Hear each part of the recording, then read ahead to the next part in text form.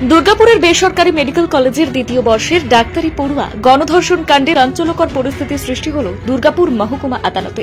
নির্যাতিতার সহপাঠী এবং অভিযুক্ত ওয়াসিফ আলীকে এদিন আদালতে তোলা হয়, কিন্তু আদালতে দেখা যায় অভিযুক্তের পক্ষে কোনো আইনজীবী দাঁড়ায়নি।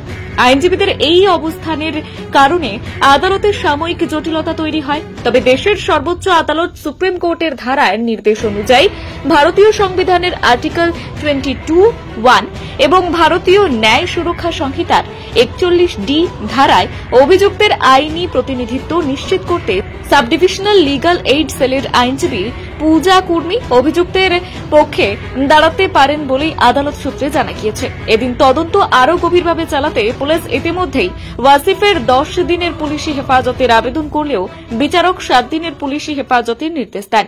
দুর্গাপুরের এই নাটকীয় ঘটনায় একের পর এক নতুন অধ্যায় যোগ হচ্ছে।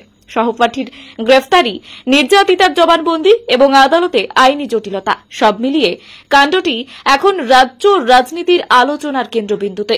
ন্যায় বিচারের পথে আরেকটি গুরুত্বপূর্ণ অধ্যায়ের সূচনা হল আদালত চত্বরে। আমি চাইছি আমি বেঙ্গল ছেড়ে চলে যাব। আমি চাইছি আমার ছেলের ভবিষ্যৎ যা নষ্ট হয়ে গেছে, আপনাকে আমরা মিডিয়া মাধ্যমে নিবেদন করছি, দোষীদেরকে উচিত দণ্ড দাও, আর কিছু নেই। সোনার বাংলা সোনার হয়ে থাকো। আমরা উড়িষ্যা চলে যাব। আমরা বহুত আশা ভরসা করে আমার মেয়েকে ডাক্তার করার জন্য স্বপ্ন নিয়ে এসেছিলাম। তার তো যা হয়েছে হয়েছে, আর কিছু বলেন না। আমরা বহুত দুঃখ হচ্ছে। আমি যত জলদি পারি বেঙ্গল ছেড়ে চলে যাব। আমরা আর আসবো না বাবু।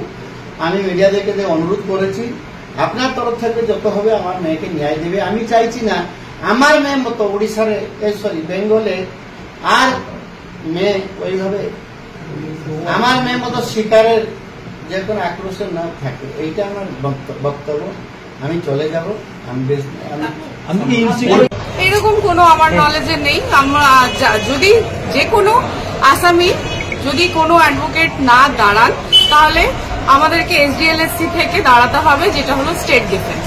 বিকজ যে কোনো অ্যাকিউজডকে according to the direction of NALSA supreme court, যে ওনাকে ডিফেন্ড করার জন্য একটা উকিলবাবু দিতেই হবে। আপনি সেই জন্য দাঁড়াচ্ছেন? আমি যেহেতু SDLSC তে আছি, আমাকে দাঁড়াতে হচ্ছে। মানে এমনি কেউ ওর হয়ে দাঁড়ায়নি? আপাতত কেউ দাঁড়ায়নি। ওনার যদি কোনো ওয়াকালতনামা থাকে তাহলে আমরা দাঁড়াবো না বা মুভ করবো না। যদি ওনার ওয়াকালতনামা না থাকে তাহলে আমাদেরকে আমাদের ডিউটি পারফর্ম করতে হবে। কি নাম এনার? এই যে অভিযুক্ত আছে তার নাম কি, আজকে যাকে তোলা হয়েছে? সেটা আমি আগে রেকর্ড দেখিনি, তারপর আমাদেরকে আমি বলতে পারবো। Bureau report, Dinajpur digital. North বেঙ্গলের সেরা সুপার স্পেশালিটি হাসপাতাল জীবন রেখা, অভিজ্ঞ ডাক্তার, আধুনিক lab, 24/7 emergency services, neurology, cardiology, orthopaedics, gastro, দন্ত ও চোখের চিকিৎসা একসাথে, ICU, NICU এবং NABL অ্যাক্রেডিটেড প্যাথোলজি ল্যাব। জীবন রেখা হসপিটাল। আপনার জরুরি মুহূর্তে অ্যাম্বুলেন্স পৌঁছবে ঠিক সময়ে। কল করুন 83730 66655।